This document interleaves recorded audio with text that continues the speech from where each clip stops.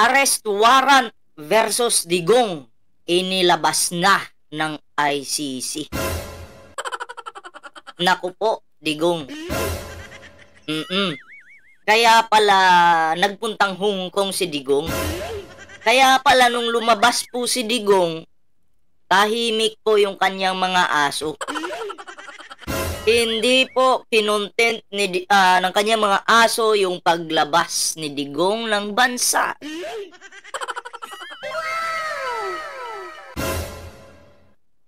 Ngayon, kumusta naman yung kumusta naman yung mga nagsasabi na ang tagal naman ng ICC? Hindi nyo kaya yung Tatay Digong ko. Diba? Ayun yung mga sabi ng mga bubuntangang dutae. Diba? Natagalan daw po sila. Oo. So, paano to? Kasi ayon dito, no? May warrant of arrest na. Di umano, itong si Rodrigo Roa Duterte. Kaya nga, lumabas ng bansa eh. Tahimik yung paglabas niya. Tahimik. Diba? Hindi po nagpahalata. Kasi si Digong, marami pong connection ito. Kasi pag ito'y malalabasan na, alam niya na arestuhin na siya, nakatunog, inunahan niya yung ICC. Tumakas. Di umano. KO! Diba? So, basahin po natin mga pre. Naglabas na ng arrest warrant ang International Criminal Court or ICC laban kay dating Pangulong Rodrigo Duterte. Sabado ng umaga, Marso 8, at ang Philippine National Police ang itinakdang magsasagawa ng pag-aresto ayon sa mapagkakatiwalaang source ng Pilipinas Today. So ang post po na to ay galing po sa Pilipinas Today. Akala ko ba yung ICC pinapili pa niya noon eh, pag yung magdadala sa akin ng warrant of arrest, papipiliin ko siya, babarilin ko siya, o ipapakain ko sa kanya yung papel. Dapat may pangatlo, Digong. Sinali mo sana yung pangatlo. Una, babarilin mo. Pangalawa, papakain mo yung papel. Pangatlo, tatakas ka. Dapat may pangatlong opsyon. Puro yabang eh. Yan yung napala ng tatay niya. Diba? Ang kapal ng mukha, ang yabang.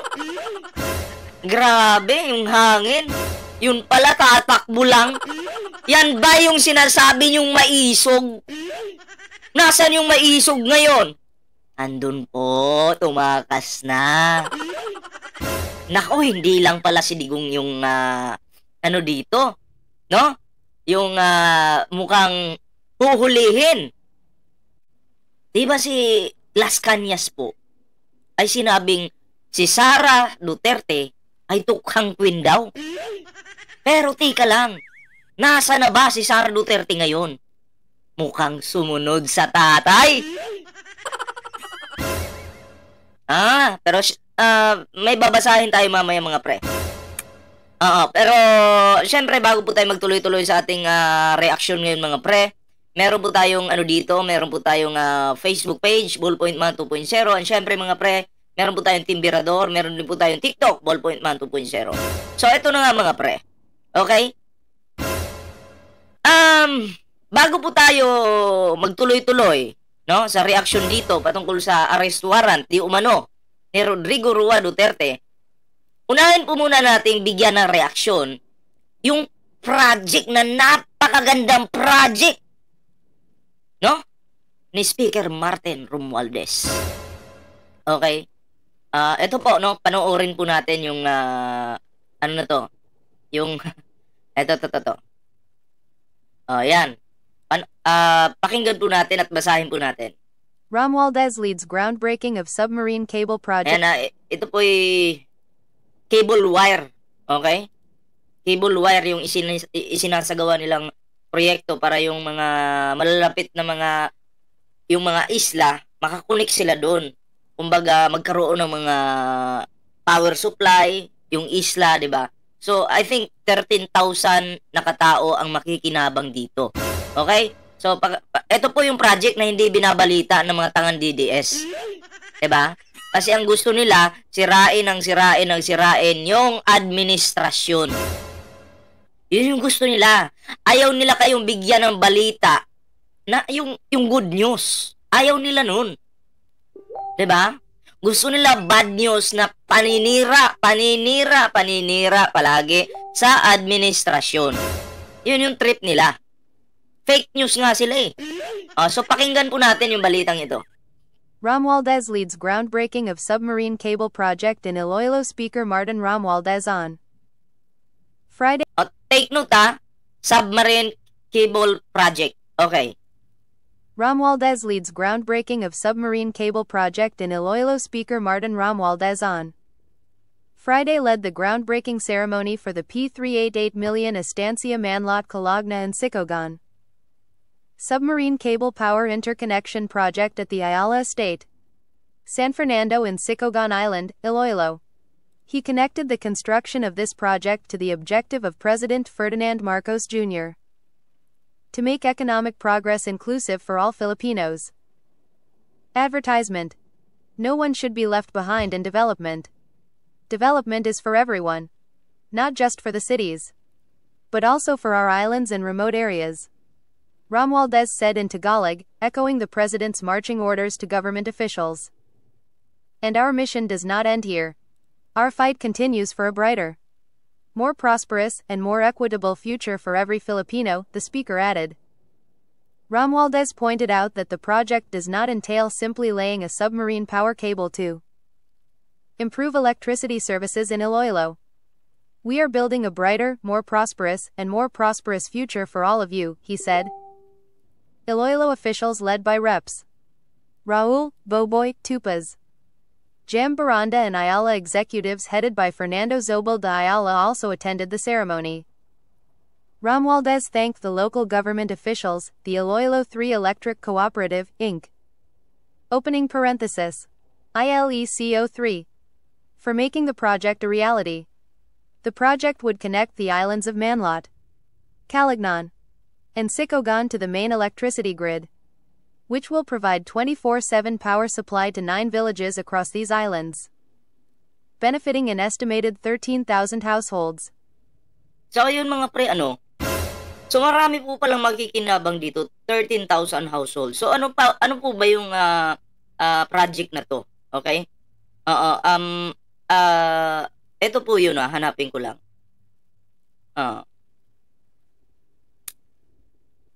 So, yung tinatawag na submarine cable power, mga pre.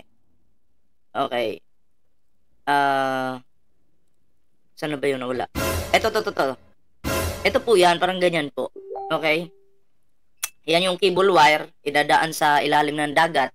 Okay? Para yung mga isla na mga katapat ay magkaroon po ng power supply. Kuryente, pwede ka na mag-charge ng cellphone, may mga DDS doon na mag-charge na ng cellphone nila, makakapang-bash na sila. Pero, nakinabang sila. Mga ganun ba? Pero mga pre, hindi lang po dyan nagtatapos yung project na yan.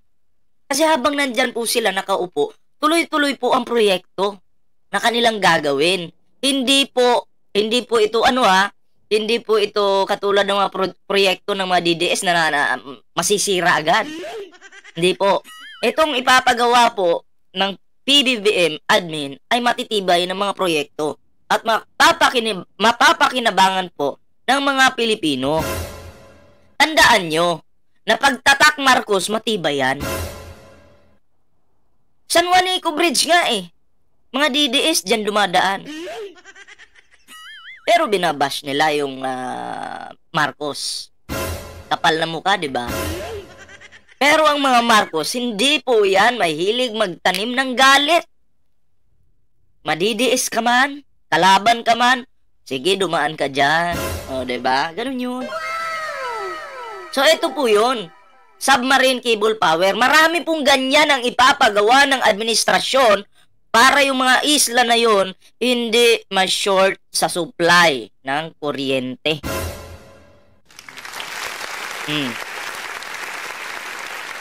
So, yun. Hindi po ito binabalita ng mga tangan DDS. Hindi po. Ha? Imagine, 13,000. Yung makikinabang, 13,000 katao. At imposibleng walang DDS dyan. Ah. Meron at meron talaga. Diba?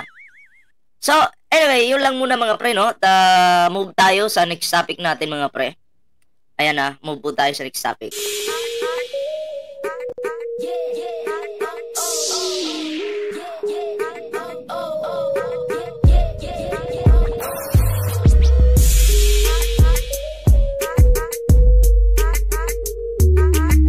Bago po pala natin simulan yung kay Digong, bago po pala yon, merong isang PBBM vlogger.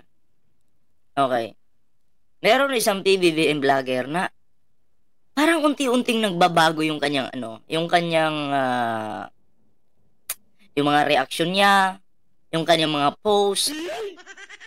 Parang ngayon po, unti-unti niya na pong kini-question yung project ni Pangulong Bongbong Marcos. Kini-questionan niya. Kapag kasi totoo kang supporter ng Pangulo, ng administrasyon, hindi ka magku-question, bagkus susuportahan mo pa yan. Kasi makakabuti naman yan sa mga Pilipino. Hulaan nyo na lang po kung sino itong taong ito. Okay? Meron siyang post, ipapakita ko sa inyo. Ayan po yung post niya. Ano pong sabi dito?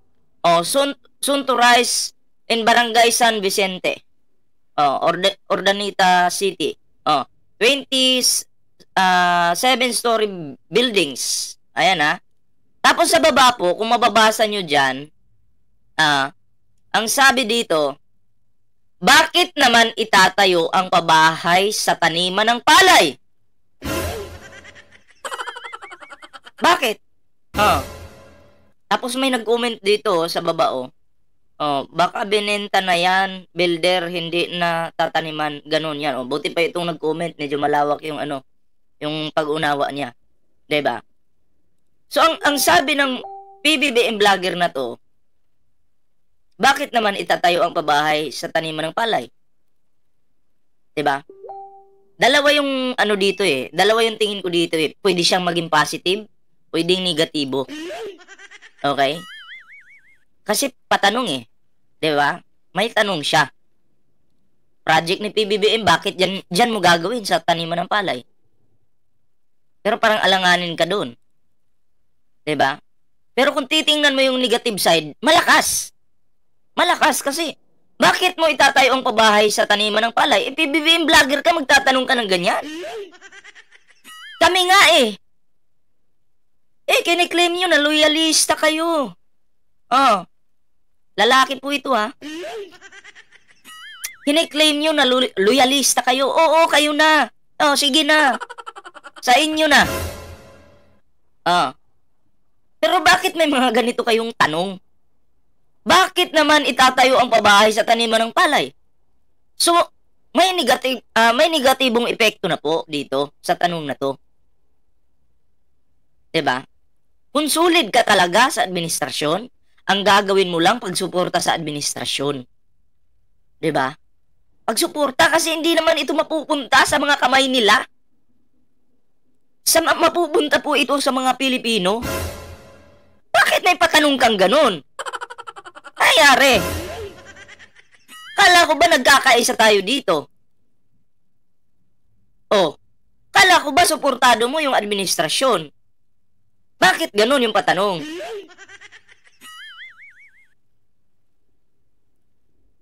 May comment siya dito sa baba. Yun nga ang, di ko na ipapakita sa inyo dito Yun nga ang masaklap. Yun nga ang masaklap Dapat ipagbawal mga mga agri-land na ibenta sa mga yun lang natakpan 'di ba? So medyo hindi ka nga agree na pabahayan ito. Para naman sa mga Pilipino yan 'di ba?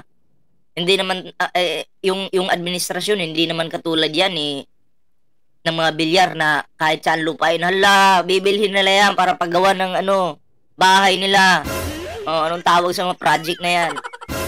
Pero ito kasi, ang gagawin dito, malakondo po. 'Di ba? Malakondo. Pero kondo yung style. Ito yung kinontra noon ni Cynthia Villar. Nawag, lupa na lang ibigay mo. Lupa na lang. Wag na yung wag na yung kondo-kondo na yan, 2,000 pesos per month. Hindi kayang bayaran ng mga mahihirap yan. Yun yung sinasabi ni Villar noon. Pero tuloy naman po yung project ni PBBM. Pero bakit mo kinontra? Kasi ako in my reaction, opinion, kinontra mo. Ayaw mo talaga. Pero sabi mo, solid ako na Marcos, suportado ko ang mga Marcos, ang administrasyon na to. Pero bakit kinukontra mo? Ayun yung tanong. Diba? Bakit mo kinukontra? Hulaan nyo kung sino yung taong ito. Hulaan nyo. Dikit ito ng babaeng may kaso. Kadikit ito ng babaeng may kaso. Sige nga. Ayaw na maghula, sasabihin nyo, ballpoint man, ba't di mo pa hulaan yan? Ganun. Hindi ko po trabaho ang manghula. Kayo na, pero alam ko kilala niyo to eh. Kilala niyo? Pangit kasi yung dating sasabihin mo, bakit naman itatayo ang pabahay sa taniman ng palay? Diba? Feeling ko parang babaliktad na to Kasi itong babaeng may kaso, connected ito sa puting ahas. Hindi ko sinasabi na yung may kasong babae, siya yung puting ahas. Hindi, connected siya sa puting ahas kasi tandaan nyo, pinagtanggol niya si Maharlika noon. Si Maharlika may puting ahas. Tapos itong babaeng may kaso, nilapitan niya yung puting ahas para sila, Sir Mike, hindi matuloy sa Malacanang. Yung puting ahas yung humarang para hindi matuloy yung pakikipagkita sa Pangulo or sa First Lady or yung meeting, 'di ba? Ganun 'yon. So naiintindihan niyo na. Parang yan, parang pyramid yan. KO. 'Di ba? So anyway, pagmasdan niyo na lang po yung galawan ng taong ito. Okay? Dito pa lang sa caption niya, halatang ayaw niya sa diskarte ng Pangulo. Sino kaya itong vlogger na ito? Kayong bahala. So ngayon, focus tayo dito kay Digong. Okay? Dito na po tayo kay Digong. Basahin po natin itong mga pre Ito. Yan. Hindi. Asan na yun? Yan, basahin po natin ito. Post po ito ng Pilipinas Today. Sabi dito, inilabas na ng International Criminal Court ang arrest warrant laban kay former President Rodrigo Duterte ng Sabado, Marso 8, isang araw makaraang kumalat ang litrato ng pagbiyahin niya patungong Hong Kong mula sa Ninoy Aquino International Airport. Okay. Nitong Marso 7. So, alam niyo mga pre, alam na pala ni Digong na sa 8 malalabasan siya ng warrant of arrest ng ICC. Kaya 7 pa lang, tumakas na ito. Lumabas na ito ng bansa. KO! Akala ko nga matapang Akala ko nga may isog Diba? Pero bakit ganun? Bakit tumakas? Nangyari? Nawala yung tapang? Ayon pa dito. Ayon sa mapapagkatiwalaang source, umalis si Duterte sa Davao City bandang alas 9 ng gabi ng Marso 6. Okay. So 6 pa siya umalis. Patungo sa Maynila. Pumunta siya ng Maynila, sakay ng Philippine Airlines flight number PR2829 at dumating sa NAIA Terminal 2 makalipas ang 2 oras. Mula sa Maynila, nagbiyahe patungong Hong Kong ang dating Pangulo umaga ng Biyernes, Marso. Kasunod ng pagbabiral ng nasabing litrato ng dating Pangulo, napaulat sa bumiyahe rin patungong Hong Kong Sabado ng umaga ang anak niyang si impeached Vice President Sara Duterte. Naku po, nagbiyahe din pala. Travel lang. Pera ng bayan, pang travel lang. Sana all talaga.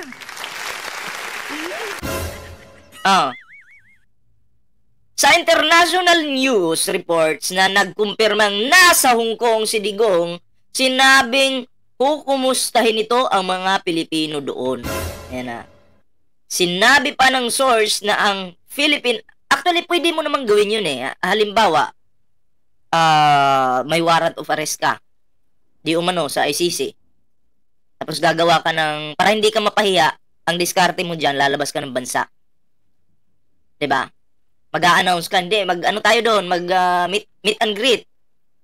Meet and greet tayo doon. Kukumustahin ko lang mga OFW kasi mahal na mahal ko kayo. Darating siya doon, magkukumustahan kunyari. Pero dahilan niya lang yun para hindi mapahiya. Pero, ayon dito, sa ating binabasa, may warrant of arrest, di umano, si Digong sa ICC. So, ginamit yan dahilan ngayon ang mga OFW. Sabi niya, mahal na mahal ko yan eh. Kailangan ko meet and greet yan.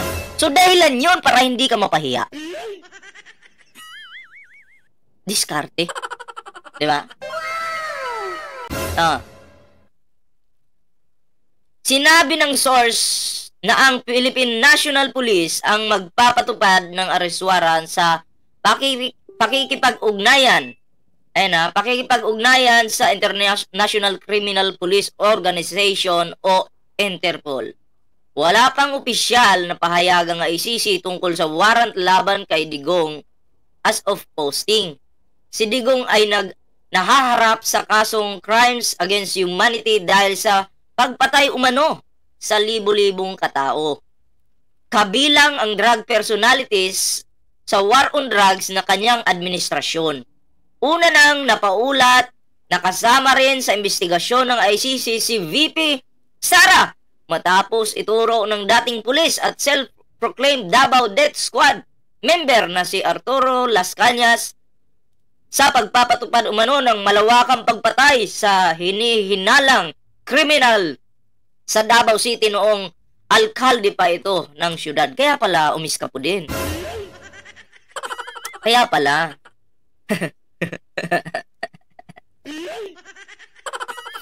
Mga DDS ngayon. Ano na? May babasahin pa tayo. Basahin po natin ito. Ito naman. Ito naman yung kay Sara Duterte. Asan na ba yun? Nawala wait lang. Nawala. Okay. Ito basahin natin. VP Sara umiskeyerda na rin ng Pinas pagsibat ni Digong.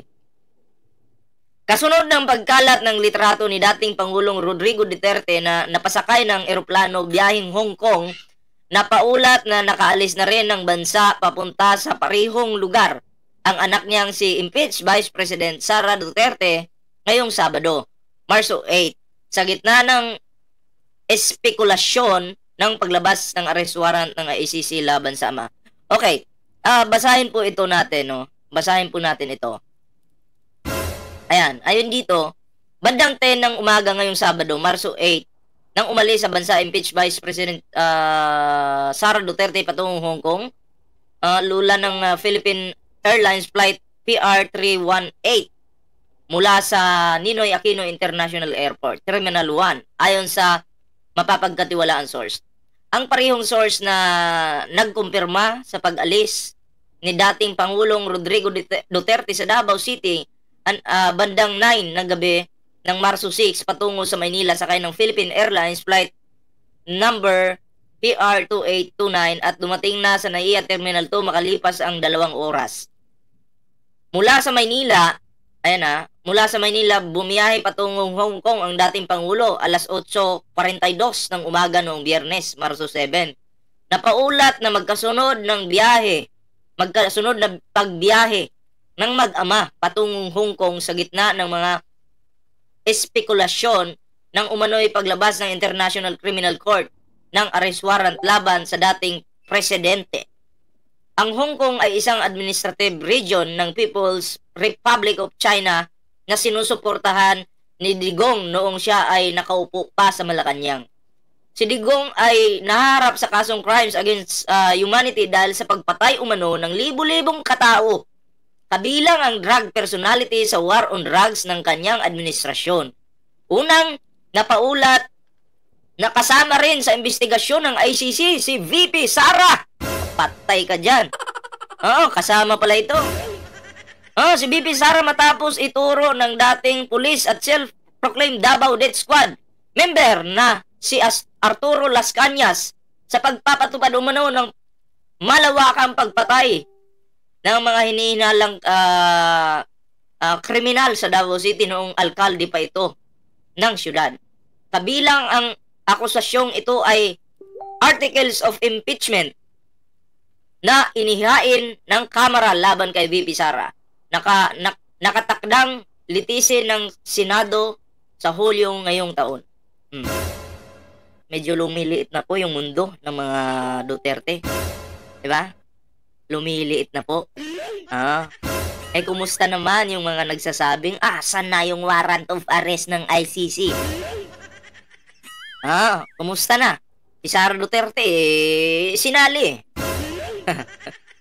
Isa din pala sa imbestigahan si Sara Duterte. No? Ano na? Si Digong, tumakas na. Ginamit yung mga OFW, kunyari lang, mahal na mahal niya. Kaya imi-meet and greet niya. Yung pala, isa na yun sa dahilan para hindi mapahiya. Tumakas talaga. Kasi ayon dito, may warrant of arrest na, di umano, itong si Digong. So nagtago. So paano yan, Digong? Hindi na matutupad yung sinasabi mong pag may nag-serve sa'yo ng warrant. Hindi na matutupad yung ipapalamon mo yung papel. Hindi na matutupad yon. Di ba nagyabang ka? Meron pa nga yung sabi mo, ibibitin mo sa puno ng akasya. Di ba sabi mo yun? Or di kaya babarilin mo? Di ba sabi mo yun, Digong? Di ba? Nako po. So, yun lang yung ating reaction ngayon mga pre. Abangan po natin mamaya. Malaki-laking balita itong nangyayari ngayong araw na to. Pagising ko, ganito na Anyway mga pre, huwag niyong kalimutan, bago tayo magtapos sa ating video ngayon, huwag niyong kalimutan mag-like, share, and subscribe sa ating video ngayon. Ayan share this video mga pre, mag-like, and mag-subscribe. Okay? And ring the notification bell para updated po kayo sa mga uploads natin. Siyempre, meron po tayong Facebook page dito, Ballpoint Man 2.0. At meron din po tayong Timberdor at may TikTok po tayo, Ballpoint Man 2.0. Okay? So, yun lang muna yung video natin mga pre. Kita-kits po tayo sa susunod pang mga video.